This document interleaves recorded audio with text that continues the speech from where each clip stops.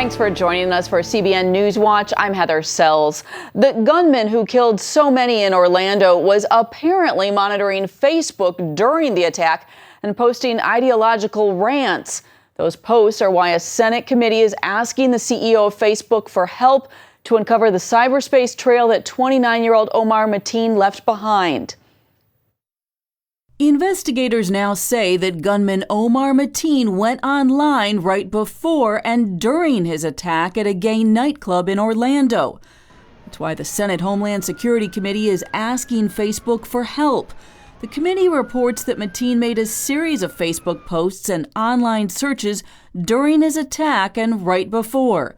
The gunman wrote, "The real Muslims will never accept the filthy ways of the West." He also wrote, "America and Russia must stop bombing the Islamic State." Mateen pledged his allegiance to the leader of the Islamic State on Facebook and in his final post issued this warning. In the next few days, you will see attacks from the Islamic State in the USA. Mateen also apparently tried to measure just what kind of response his attack was generating online. He searched Facebook for Pulse Orlando and shooting. The committee is asking Facebook for a briefing to better understand Mateen's social media activity during his deadly attack. Meanwhile, more stories from those who survived are coming out. Maybe even 30 of us stayed in the stall, and we locked the stall, and there was like a couple of people that got locked out, and they were just begging for their lives, and he just killed them right there too. And the world is hearing Mateen's voice when he was unknowingly caught on camera as a security guard in a 2010 documentary. Good morning. Do you have a badge? In Washington, Democratic senators focused on gun control as the problem after the attack, spending 15 hours on a filibuster until early this morning, calling for legislation to end gun violence. But Donald Trump told a crowd Wednesday that if club goers in Orlando would have been carrying guns, that the death toll might have been lower. However, Trump also says he will soon meet with the NRA to talk about limiting access to guns for those on terrorism watch or no-fly lists. Evangelist Franklin Graham took a moment during his latest Decision America stop to pray for the victims of the Orlando mass shooting. A crowd of 4,000 joined Graham in Wisconsin to pray for those who lost their lives, for family members, first responders, nurses, and doctors. Graham said he loves gay and lesbian people, but that the Bible calls homosexuality a sin. He says they need to repent just like anyone else, including himself. Graham's prayer rally was met with protests by gay activists and anti-religion group. CIA Director John Brennan is warning Congress that ISIS is planning more attacks against the West.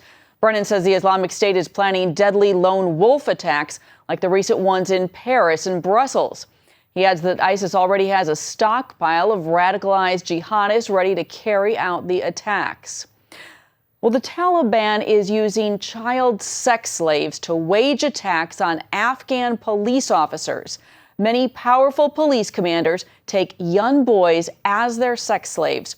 But the Taliban is using this common practice against them, using the boys to launch Trojan horse attacks at police checkpoints.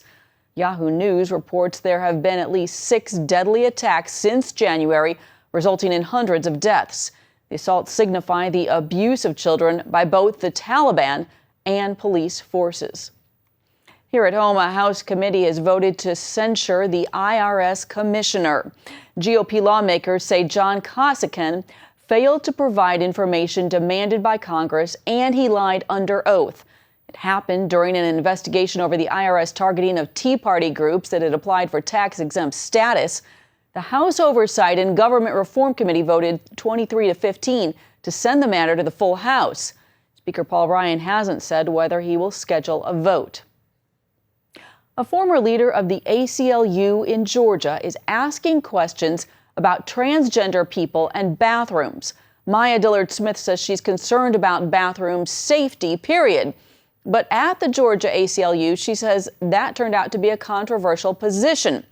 Now Smith is out of a job. I recently met up with her to learn about her new mission to steer the public towards a healthy conversation on bathroom politics. Civil rights advocate Maya Dillard Smith is speaking out for a safe space to talk about what should be the safest of spaces. For that, she's having to defend herself. Nothing about my message, nothing about what I'm asking is anti-trans, anti-anybody. It's saying, can we have a broader conversation? Smith came to Atlanta 1 year ago to head the ACLU in Georgia, ready to take on the toughest civil liberties cases of the day. But surprisingly, it was a personal family experience that led her to rethink one of the toughest issues. I had an experience with my own daughters, taking them into a public restroom, where shortly after we were inside entered 3 transgender young adults. They were visibly male, and my children were visibly frightened. That moment led her to ask a lot of questions in her new role at the ACLU. Smith says she didn't know much about the transgender issue and wanted to know especially about bathroom safety. That is, how can women and children be safe if any person can go into any facility? I was just really curious about what it all meant. What does it mean for girls? What does it mean in schools? The ACLU told CBN that it won't comment on Smith's case, but Smith says the organization did not welcome her questions, and that eventually led to what she calls her breaking point. The conversation typically stops at you're either for or against. And if you don't line up in the polar binary positions, then you're just kind of left somewhere flapping around with thoughts and ideas. Smith herself is a sexual trauma survivor. Her biggest concern that the ACLU and other liberal groups have placed transgender rights ahead of women's rights. It's a point that conservatives have made and liberals have shut down, accusing them of fear-mongering. Smith, with a bona fide track record of fighting for LGBT rights, is harder to ignore. Am I a bigot because I'm a trauma survivor and I'm asking questions? Because I think that sends a dangerous message to hundreds of thousands of women and girls that their rights, their desires to be safe and comfortable in bathrooms don't matter either. It's a tricky conversation, Smith admits, in part because of our political polarization. She's determined to do her part in reshaping it, and that includes talking with CBN. There were a lot of people that advised me not to sit down and have a conversation with you or to appear on the Christian Broadcast Network because it would make me appear more aligned with the right. But this isn't about me and my alignment. This is about whether or not we can have an honest conversation. To that end, she's established a website and Facebook page to encourage civil discourse on public policy, starting with bathrooms. She says accomplishing that is worth fighting for and diminishes her job loss. This is not about me and the ACLU. This is about reshaping a conversation. This is about broadening a conversation. And if my transition from the ACLU enables us to do that, then I'm okay with that. House Speaker Paul Ryan says it is some of the most important social legislation being considered right now. The Conscience Protection Act aims to protect the First Amendment rights of anyone who opposes abortion, including citizens, churches, private businesses, and more. Congressman John Fleming from Louisiana is a sponsor. Wednesday, he spoke at the Family Research Council in Washington, D.C. He says when the Affordable Care Act became law in 2010, President Obama promised to protect the rights of conscience. But Fleming says he has failed to do that. Now, in New York, for instance, all employer-sponsored insurance plans must cover abortions. Fleming says lawmakers need to hear from voters on this issue. They need the groundswell of support from people who put them in office, people who support them, people who email them and write them and call them. They need to hear from them. Otherwise, they just assume that you don't care.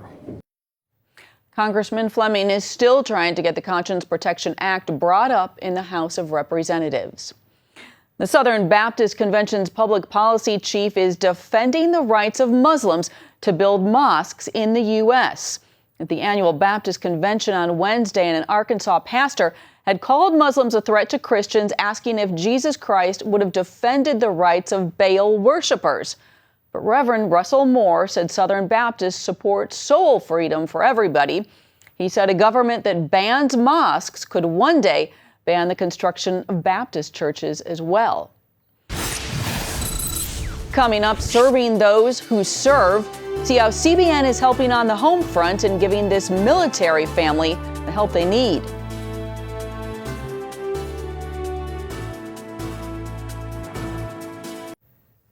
Welcome back. Marcus is a Marine who is facing a long military deployment, and he wanted his wife and their 3 young children to be near family while he was away. So they were about to go into debt to make that happen, but instead, this military couple received a hand up from CBN's Helping the Home Front. Behind every Frontlines Marine military operation stands a readiness support group with hundreds of Marines working hard to ensure the mission is a success. One support team includes flight equipment mechanic Marcus. Everything that we do is essential to getting the mission done. The troops can't get on ground without the planes working. The planes can't work without the mechanics to fix the planes. Everyone is an integral part of making the whole process go.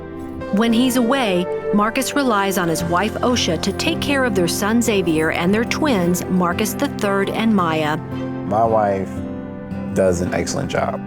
She's my backbone in so many ways. OSHA relies on her faith in God to give her the strength to get through the long months when he's away. As long as I stay close to the Lord, I know He will see me through anything. Without Him, I would not be able to get through our first deployment. The couple decided to move OSHA and the children to be near family during the deployment. They planned to take out a loan to do it. To them, going into debt was worth it. It makes me feel a little bit more at ease, knowing that if something was to happen to her, then they have cousins, aunts, grandparents, uncles right there in the vicinity instead of several hours away. The couple attends River of Life Church close by Camp Lejeune. When their pastor, Chris Phillips, learned about their decision to take out a loan, he contacted CBN to ask for financial help. Pastor Chris told the couple the good news. We want to pay for the U-Haul rental to get you loaded up and get you out of town. Thank you so much. It's a blessing. That sounds awesome. And in addition to that, we want to make sure that we take care of the expenses that are related to the travel so that nothing will come out of your pocket to get you down there. It's a blessing. It's a relief. I'm not done yet. Just before you deploy, we want to pay the expenses to fly you from Jacksonville to Valdosta so that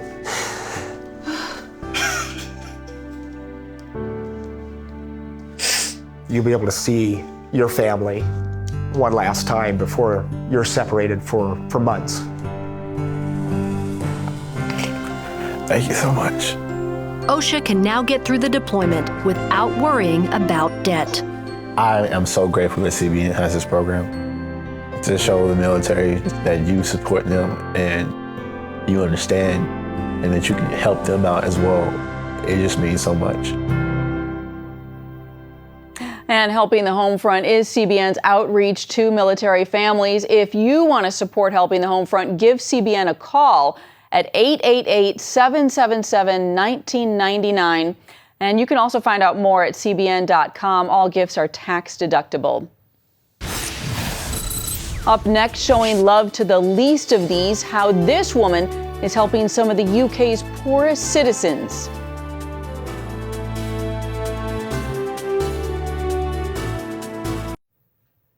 Last week, a mother in the UK was given one of her country's highest awards. The Queen made June Ross a member of the Most Excellent Order of the British Empire. So how did this rather ordinary woman reach extraordinary heights? It started with listening to the voice of God. Wendy Griffith has her story. There was tremendous loss of Former job. British mental health worker turned stay-at-home mom, June Ross, was vacuuming her rug one day in 2004 when something unexpected happened. I heard a very distinct voice. I'm going to feed you with manna. And I thought, manna? Where did I hear that from? And actually I remembered the story of the children of Israel when they left Egypt and God made provisions with the manna. All her life, June had read the Bible. She was a pastor's daughter and had been raised in the church. She knew from studying the scriptures that God spoke to people through dreams and visions. His very announcement of his birth came through a dream. June says God told her to prepare for a worldwide economic event 4 years in the future. She would be needed to help feed people. I heard the Lord start to say people are going to be losing their jobs. They won't be able to afford to feed their families. I thought, okay, God, I don't know how this is going to be done, but I'll just be obedient. 3 weeks later, June had a vivid dream with images of a crown, a purple piece of fabric, and food moving rapidly. I dreamt I was standing in front of a supermarket. This time I had a crown on my head and like a purple robe, and my hands was outstretched. And as I looked in my hands, food was coming out at a very phenomenal rate. I didn't understand that either, but that dream again was very profound. The dream was so stirring that June purchased a little tiara and purple fabric to symbolize the images she saw and put them in a box for safekeeping. Because of the dream and the vision, June went out and asked local retailers questions about their unsold food. I said, what do you do with your surplus food? And they basically said, oh, we throw it away. And I thought, oh, well, you know, I would like to come and collect it. Some volunteers, I can put everything in place, contracts and everything else. And they were fine. It was just amazing. They were very welcoming because obviously retailers don't want to throw away their food. They realized that, you know, it could go to better use. For the next 2 years, June's home became the hub of food distribution to the needy in her local community. It literally started with about maybe 10 volunteers, and it started from my home. I would have volunteers helping me to go to the supermarkets, bringing all these crates. I mean, there was no space in the house. There was crates on the stairs, crates in the kitchen. It was just jam-packed. Soon, June named and registered her charity, Esther Community Enterprise. Word got around, and to the point, there was nearly over 4,000 people in and out, coming into my home. The poor is God's heart. When we kind of look at Jesus' ministry, it was always with those people that didn't have any high regards in society. Then, in 2008, just like in June's vision, a global financial crisis and recession hit. There was tremendous loss of jobs. There was a lot of people literally didn't have anything to eat. So everything, what he showed me, literally came to pass. We started having people coming to join different churches, organizations, can we be affiliated? As they came and joined us, the food was distributed in the different communities. By late 2008, Esther Community Enterprise was feeding 17,000 people a month. It was like in the Bible when the Israelites collected manna in the wilderness every morning. June's volunteers quickly got the surplus food to the hungry before the sell date. An amazing team, army of volunteers. By then there was about 300 amazing people. They sacrificed their time, their finances. And so the volunteers really are the main core of what we actually do. June says the most wonderful time for her and her volunteers was the special packages made at Christmas. We're up till 2, 3 o'clock in the morning, and families are waiting for their little parcels to come through, and the tears. There's no words for that. Because everybody needs to eat. No one should be feeling hungry. So when you actually knock at the door, you see these children getting so excited. Oh, Mommy, look, it's here. It's worth it. By 2011, June's journey to feed hungry people in the UK landed her at one of the most famous addresses in the world, Buckingham Palace. It was just such a beautiful experience, going through the palace and out into the gardens. June, representing Esther Community Enterprise, was honored with the Queen's Award for Voluntary Service. The MBE honor is the highest award given to voluntary groups in the United Kingdom. There was a certificate given, signed by the Queen herself. What was nice was the fact that part of it said that we bestow favour, which is what the journey that Esther went on when she received favour from the King. In my instance, I received it from the Queen. Even the award itself looked like the images and colours from her dream 7 years earlier. I just thought, is this for real? Is this really happening? and to see how God brings the pieces together of our lives. Even when we don't understand what He's doing, He has a way of bringing things together. Today, Esther Community Enterprise serves approximately 25,000 needy people per month all over the UK with quality food. I'm privileged that God could ask me to do this. It's all about servanthood. That should be our heart. We are called as servants. A group of worship leaders in Hampton Roads, Virginia, is working to unite the body of Christ through music. Pastor Cliff Lambert and the Hampton Roads Worship Collective are launching a music summer camp this August, and they are teaching high school students how to play music, including guitar, piano, drums, and singing, but most importantly, teaching students what it means to worship. Worship simply is our response to who God is. When I think of worship, I think of complete surrender to God. I truly believe that, when God reveals Himself, we respond to that revelation. If you look in Isaiah, God revealed Himself to Isaiah. The temple was filled with smoke, and what was Isaiah's response? He fell to the ground and he said, "Woe is me, I am undone, for I am a man of unclean lips." And then he said, here I am, send me.